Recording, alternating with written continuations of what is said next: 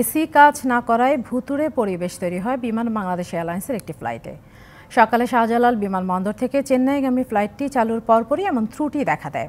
তীব্র গরমে অস্বস্তিতে পড়েন যাত্রীরা। তাদের বেশিরভাগই চিকিৎসা নিতে চেন্নাই যাচ্ছিলেন। 2 ঘন্টা পরে আরেকটি উড়োজাহাজে করে যাত্রীদের গন্তব্যে পাঠিয়েছে বিমান। বিমান বাংলাদেশ এয়ারলাইন্সের BG363 ফ্লাইট গন্তব্য ঢাকা থেকে চেন্নাই।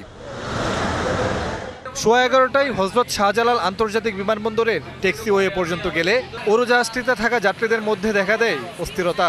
দেখা যায় কেবিনের এসি কাজ করছে না, বাতাস চলাচল বন্ধ থাকায় অনেক যাত্রী দেখা দেয় অস্বস্তি, যাদের বেশিরভাগই রোগী।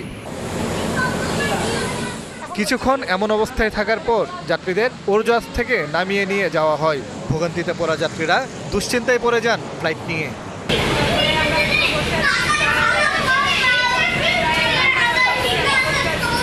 এই যে ভেতরে এসি কাজ করছিল না, অনেক রোগী ছিল, ওরা সবাই গরমে অস্থির হয়ে যাচ্ছে, ঠিকমতো ভেন্টিলেশন কাজ করছিল না। 2 ঘন্টারও বেশি সময় পর আরেকটি উড়োজাহাজে করে যাত্রীদের পাঠানোর ব্যবস্থা করে বিমান বাংলাদেশ এয়ারলাইন্স। 11:15টায় ফ্লাইট ছেড়ে দিছিল, ট্যাক্সিওয়েতে যাওয়ার পরে একটু সমস্যা দেখা দিচ্ছে, কেবিন গরম হয়ে উঠছিল একটু, তারপরে ওটা ব্যাক করছে ট্যাক্সিওয়েতে। প্যানিক হওয়ার কিছু না, তো ট্যাক্সিওয়ে থেকে ফেরত আসছে।